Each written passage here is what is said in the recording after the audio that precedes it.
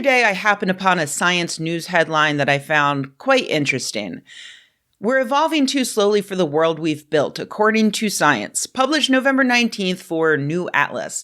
I found this via the science subreddit where it had accumulated nearly 20,000 upvotes and hundreds of popular comments that basically amounted to, duh.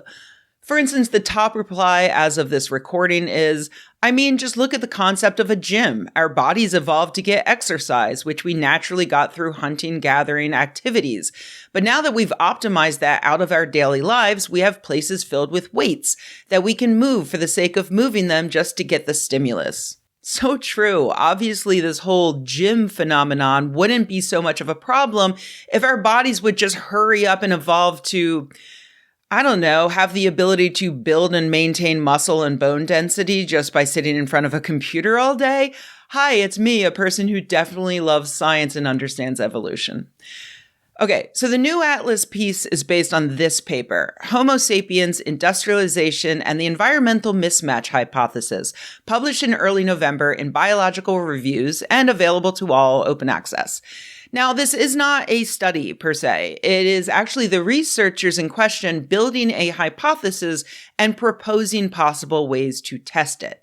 Their hypothesis is that industrialization has created an environmental mismatch in humans in which our species has drastically changed our environment far too quickly for our bodies. For tens of thousands of years, aspects of our environment, like the climate, changed slowly enough that humans and their ancestors were able to adapt, developing the ability to sweat, for instance.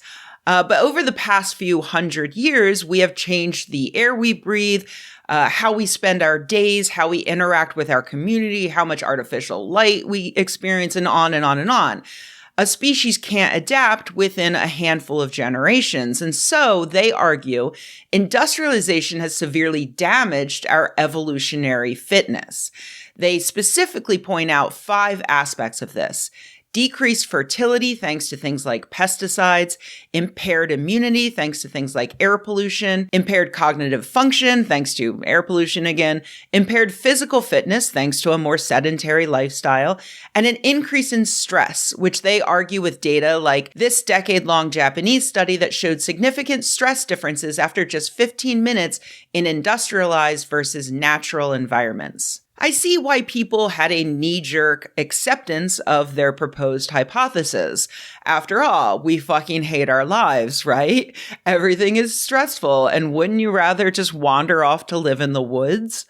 But I think that that is a naive and even romanticized way to look at the past. One of the 2 authors of this paper told his university press that in our ancestral state, we were well adapted to deal with acute stress to evade or confront predators, fight or flight. The lion would come around occasionally and you had to be ready to defend yourself or run. The key is that the lion goes away again. These days, he says, our body reacts as though all these stressors were lions. Whether it's a difficult discussion with your partner or your boss or traffic noise, your stress response system is still pretty much the same as if you were facing lion after lion after lion. As a result, you have this very powerful response from your nervous system, but no come down. On the one hand, sure, I do think that there is an argument to be made that humans are overly stimulated and that this leads us to be more stressed out than we need to be. But also, I think I would be pretty fucking stressed out all the time if I were living somewhere where a fucking lion might leap out of the night and eat me at any moment. Or if I saw 75% of the people around me die from infections and the rest get brutally murdered by other people or the occasional lion.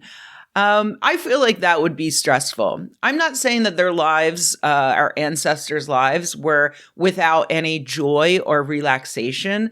I'm not even saying that I am happier than the average woman who made it to her 40s 10,000 years ago. I'm just saying that it's tough, if not impossible, to prove that I'm actually worse off mentally than the average 45-year-old woman 10,000 years ago. We know that mental health issues exist in current hunter-gatherer populations and even in other species with higher cognition like chimps and whales. And we also know that those mental issues get worse when we torture those other animals, like put them in cages or force them to do physical labor against their will or take their family and friends away from them. In the past several decades, researchers and activists have publicized the plight of orcas, killer whales, that are kept in captivity. They experience damaged immune systems, an inability to reproduce, chronic stress, behavioral problems, and other adverse effects that has created an environmental mismatch in which orcas' evolutionary fitness is drastically harmed by being in captivity. But no one says that Shamu isn't evolving quickly enough. No one suggests, as the authors of this paper about humans suggest, that the orcas can fix this by rethinking their relationship with their surroundings. No one suggests, as the authors do, that we design healthier, more resilient fish bowls. We acknowledge that we took an incredibly intelligent animal out of its environment and stuck it in a bowl so that it could slowly die while we humans get rich selling tickets to SeaWorld.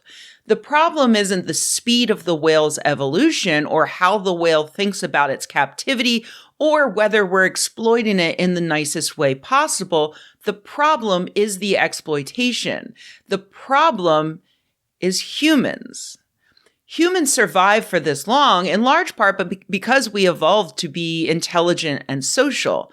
We connected with each other and we protected each other and we trusted each other.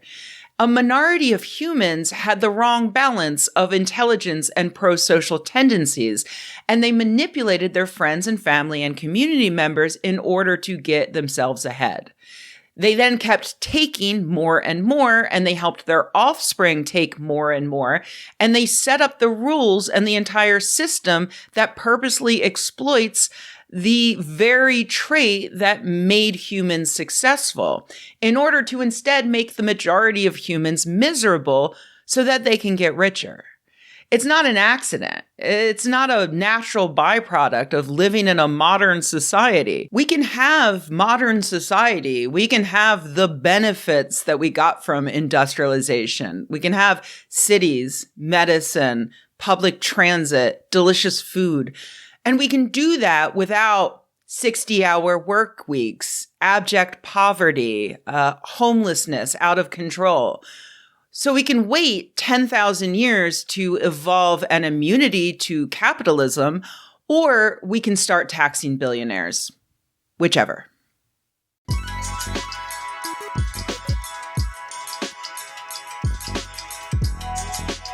Hey everybody, thanks for watching. If you enjoyed this video, please give it a like. If you loved the video, please subscribe. And if you think the world could use more videos like this and you happen to have a few bucks laying around, head to patreon.com/Rebecca and join an awesome community of nerds like the people whose names you see on the screen right now. Thanks.